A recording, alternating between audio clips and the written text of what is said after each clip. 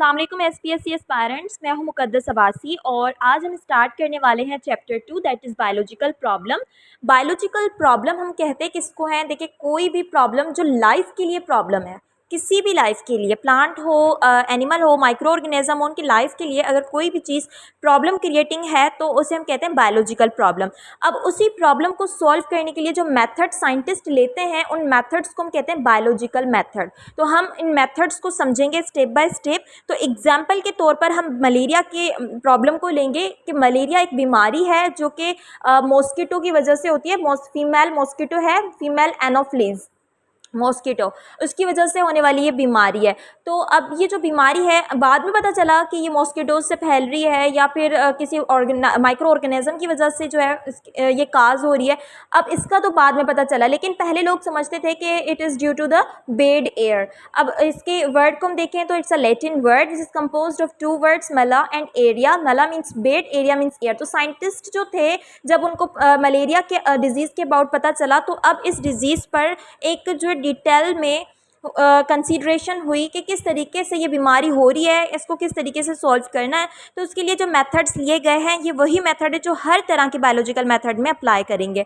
So step 1 is observation. इसमें क्या होगा कि साइंटिस्ट ना समझते हैं उस मसले को कि ये मसला आखिर हुआ क्यों है और किस कर क्या रहा है ये मसला। जैसे मलेरिया है तो मलेरिया जो है किस वजह से हो रही है, तो रीज़न पर जो है डिस्कशन होती है, आइडेंटिफाई किया जाता है। एक तरह की आइडेंटिफिकेशन ऑब्जर्वेशन में होती है। अब ऑब्जर्वेशन दो तरह की हो सकती है। देखिए, अगर फॉर एग्ज़ाम्पल आपसे किसी ने कह दिया कि जो रेन है वो कलरफुल सा रेन वाटर आ रहा है, नेचुरली तौर पर कलरफुल से रेन वाटर आ रहा है। अब ये जो ऑब्जर्वेशन होगी आप बाहर जाके खुद अपनी आइज़ से देखकर करोगे। तो जो ऑब्जर्वेशन आप अपने 5 सेंसेस को यूज़ करके करोगे उन ऑब्जर्वेशंस को हम कहते हैं क्वालिटेटिव ऑब्जर्वेशन। किसी को बुखार हुआ, आपने अपने हैंड्स को यूज़ करके, सेंस ऑफ टच को यूज़ करके उसका बुखार चेक कर लिया, दैट इज़ क्वालिटेटिव ऑब्जर्वेशन। तो जो चीज़ आप अपने सेंसेस को यूज़ करके कर रहे हो दैट इज़ क्वालिटेटिव।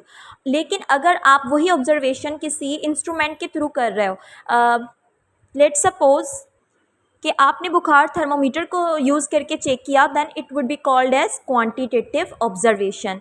जैसे कि एग्जांपल के तौर पर हमने मलेरिया को ले रखा है तो मलेरिया को ही हम ऑब्जर्वेशन के सेंस में देखते हैं। 1880 में लेवरन ने ऑब्जर्व किया था कि जो मलेरिया के पेशेंट हैं उनके ब्लड को अगर उन्होंने ऑब्जर्व किया तो देखा उसमें छोटे छोटे माइक्रो ऑर्गेनिज्म नज़र आए जिनका नाम इन्होंने रखा प्लाज्मोडियम। अब ये जो प्लाज्मोडियम थे वो मलेरिया के पेशेंट के ब्लड में नज़र आए। ये एक ऑब्जर्वेशन थी जो कि माइक्रोस्कोप के थ्रू की गई। So it was an quantitative observation. इसी ऑब्जर्वेशन की बेसिस पर साइंटिस्ट एक इंटेलिजेंट गेस देते हैं, एक तरह की स्टेटमेंट देते हैं। उस स्टेटमेंट को हम कहते हैं हाइपोथेसिस। जैसे कि साइंटिस्ट ने जब देखा कि मलेरिया के पेशेंट के ब्लड में ये चीज़ मौजूद है तो उन्होंने हाइपोथेसिस क्या दिया कि ये जो प्लाज्मोडियम है it is the cause of malaria, इसी की वजह से मलेरिया हो रहा है। अब ये चीज़ कंफर्म नहीं है, कभी भी हाइपोथेसिस कंफर्म नहीं होता, ये फॉल्स भी हो सकता है। तो इसको हाइपोथेसिस एक ऐसी स्टेटमेंट होती है जो कि करेक्ट भी हो सकती है, फॉल्स भी हो सकती है। तो इसको एक्सपेरिमेंटली प्रूव किया जा सके, साइंटिस्ट ऐसी स्टेटमेंट को आगे रखते हैं। अब इसी स्टेटमेंट की बुनियाद पर आती है रीजनिंग। थर्ड स्टेप होता है रीजनिंग में क्या होता है कि इसको फर्दर एनालिसिस किया जाता है इसका कि या तो स्पेसिफिक से जनरल की तरफ यानी ख़ास से आम इंफॉर्मेशन की तरफ चले जाते हैं। फॉर एग्ज़ाम्पल शार्क जो है एक फ़िश है। शार्क क्या है पहले पता नहीं था, जैसे कि शार्क जो है वो कौन से ग्रुप में आ रही है, तो स्केल्स देखकर बताया गया शार्क इज़ अ फ़िश। ठीक, अब ये जो शार्क है ये एक ख़ास नाम हो गया, ठीक है, और फिश जो है एक आम ग्रुप है। तो ख़ास से आम की तरफ जाना, स्पेसिफिक टू जनरल इन्फॉर्मेशन की तरफ जाना, that is called inductive reasoning. और डिडक्टिव रीजनिंग कहते हैं कि आम से खास की तरफ जाना, आम इन्फॉर्मेशन से लेकर हम स्पेसिफिक इन्फॉर्मेशन की तरफ चले जाएं। तो रीजनिंग जो थी, जैसे डिडक्टिव रीजनिंग में एक और पॉइंट याद रखें कि इसमें इफ़ एंड देन स्टेटमेंट आती है कि अगर इस तरीके से है तो ये भी होना चाहिए। तो ये अगर और देन वाली जो स्टेटमेंट है ना उसको भी हम डिडक्टिव रीजनिंग कहते हैं। तो एग्जाम्पल के तौर पे हमने मलेरिया ले रखा है तो डिडक्शन जो मलेरिया के केस में होगी वो ये हुई थी कि अगर मलेरिया पेशेंट के ब्लड में प्लाज्मोडियम है तो फिर ये देखें इफ़ एंड देन वाली स्टेटमेंट आ रही है कि अगर इफ़ प्लाज्मोडियम मलेरिया पेशेंट के ब्लड में है तो फिर हर पेशेंट के ब्लड में प्लाज्मोडियम होना चाहिए। या फिर ऐसे कहें कि अगर मलेरिया का काज प्लाज्मोडियम है तो फिर हर पेशेंट के ब्लड में प्लाज्मोडियम होना चाहिए। तो इस तरीके से रीजनिंग की जाती है। फिर होता है एक्सपेरिमेंट। एक्सपेरिमेंट जो हम बनता है हाइपोथेसिस, उसी की प्रैक्टिकल परफॉर्मेंस होती है एक्चुअली। तो एक्सपेरिमेंट जब करते हैं तो दो ग्रुप्स लिए जाते हैं, control group and experimental group, यानी कि दो तरह के टेस्ट किए जाते हैं। अब मलेरिया के केस में 100 सैंपल लिए गए हेल्दी लोगों के, ताकि उनके अगर मतलब उन प्लाज्मोडियम काज होगा तो क्या होगा, इनके ब्लड में प्लाज्मोडियम नहीं होगा, हेल्दी सैंपल। तो हेल्दी सैंपल जिसमें आपका जो प्लाज्मोडियम है वो मौजूद नहीं है, उसे हम कह रहे हैं कंट्रोल ग्रुप। और जिस चीज़ की एनालिसिस कर रहे हैं, जो अफेक्टेड ब्लड सैंपल हैं, उनको हम कहते हैं एक्सपेरिमेंटल ग्रुप। ठीक, अब रिजल्ट जो आएगा, जो इसका आउटकम आएगा, उसे हम कहते हैं रिजल्ट। मलेरिया के केस में रिजल्ट क्या आया था कि जो एक्सपेरिमेंटल ग्रुप था, एक्सपेरिमेंटल ग्रुप यानी जो पेशेंट्स थे मलेरिया के, उनके ब्लड में प्लाज्मोडियम पाया गया, जबकि जो ब्लड सैंपल हेल्दी पर्सन के लिए गए थे यानी कंट्रोल ग्रुप से लिए गए थे, उनके ब्लड में प्लाज्मोडियम नहीं था। तो ये क्या चीज़ हुई, ये रिजल्ट हुआ। रिजल्ट के बाद कंक्लूजन होता है जो इसी के बुनियाद पर होता है, और कंक्लूजन क्या निकला कि Plasmodium is the cause of malaria. Actually conclusion वही होता है जो हाइपोथेसिस होता है। अगर हाइपोथेसिस करेक्ट हो जाता है तो वही हाइपोथेसिस कंक्लूजन बन जाता है। फिर अगर हम उसको बार बार टेस्ट करते हैं, बार बार वही रिजल्ट आ रहे हैं, तो हाईली रिलायबल और वेल टेस्टेड जो एक्सप्लेनेशन बन जाती है उसको हम थ्योरी कहते हैं। ठीक, और बाद में होता है लॉ एंड प्रिंसिपल। ये जो लॉ एंड प्रिंसिपल है, ये बायोलॉजी में बहुत ही कम देखने को मिलेंगे, क्योंकि नेचुरल फैक्ट्स पर बहुत ही कम जाते हैं। हम चीज़ों को एनालाइज करते हैं जो कि उस वक्त मौजूद होती हैं। अब वो नेचर की एक कांस्टेंट हकीकत नहीं है। तो जो नेचर की, कुदरत की कांस्टेंट फैक्ट है ना, उसी को हम कहते हैं लॉ एंड प्रिंसिपल। ये यूजुअली केमिस्ट्री एंड फिजिक्स में हमें ज़्यादा से ज़्यादा लॉज एंड प्रिंसिपल मिलते हैं। और अब आते हैं डेटा एनालिसिस पे। डेटा एनालिसिस इसका पार्ट नहीं है, साइंटिफिक मेथड यहाँ पर कंप्लीट हो जाते हैं। डेटा एनालिसिस में आपको बताया गया कि जब आप डेटा कलेक्ट करते हो तो रेशो के फॉर्म में भी इसकी कैलकुलेशन करते हो। प्रोपोर्शन रेशो कहते हैं किसी भी दो वैल्यूज़ को कंपेयर करना। जैसे आपसे कहा गया कि एक फ्लावर में 4 सीपल्स हैं एंड 6 जो है वो पीटल्स हैं, तो बताएं सीपल और पीटल का रेशो क्या हुआ।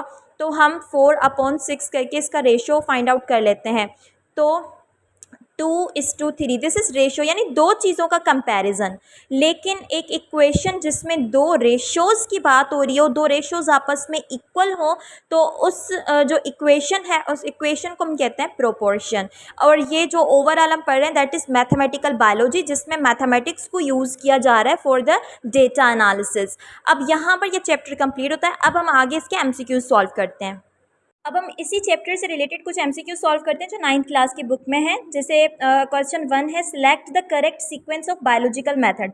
अब करेक्ट सीक्वेंस में आप देखें, ये ना आप थोड़ा दिमाग इसमें इस्तेमाल किया करें कि ये फर्स्ट एंड लास्ट वाला ऑप्शन तो बिल्कुल नहीं हो सकता, क्योंकि इसमें जो आखिरी ऑप्शन है ना वो आ रहा है। ला तो एंड में आता है ना, हमसे करेक्ट सीक्वेंस पूछी गई है, ला तो एंड में आता है, यानी ये दोनों ऑप्शन गलत हो गए। हमेशा दो ऑप्शंस गलत होते हैं, उनको पहले ही गलत कर दिया करें, फिर जो दो ऑप्शन बचे उनमें आप गौर करें। अब देखें, इन दोनों में हाइपोथेसिस के बाद थ्योरी नहीं आती, हाइपोथेसिस के बाद रीजनिंग आती है डायरेक्टली, रीजनिंग के बाद थ्योरी आती है, थ्योरी के बाद ला। तो option C will be correct. Select the odd one. Odd का मतलब क्या होता है कि थोड़ा अलग सा हो, ऑकवर्ड सा हो, या फिर अलग सा मतलब हो, रिलेटेड ना हो। तो थ्योरी, लॉ, हाइपोथेसिस, ये तीनों बायोलॉजिकल मेथड में यूज़ होते हैं। रेशो जो है वो मैथमेटिकल बायोलॉजी में यूज़ होने वाली चीज़ है, यहाँ पर इसका कोई भी कंसेप्ट नहीं बन रहा। तो ratio will be the correct option.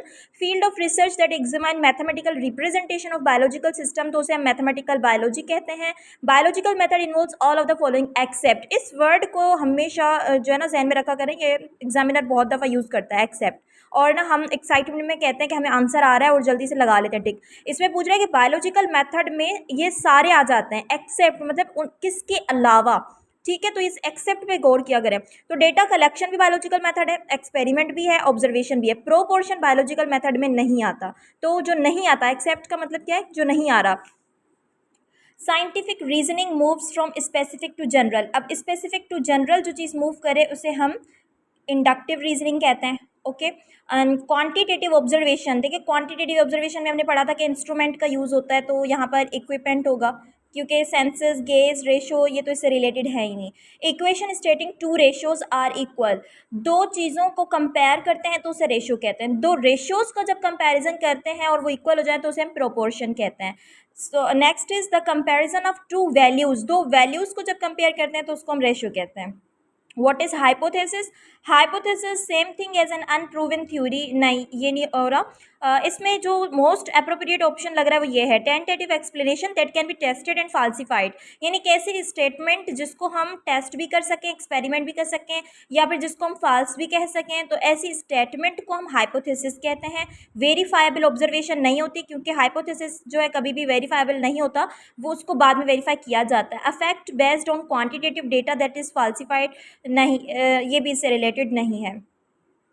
In data organization which method is mostly useful, इनमें जो मोस्टली यूजफुल है वो टेबल ग्राफ दोनों ही होते हैं, तो both A and B option will be correct.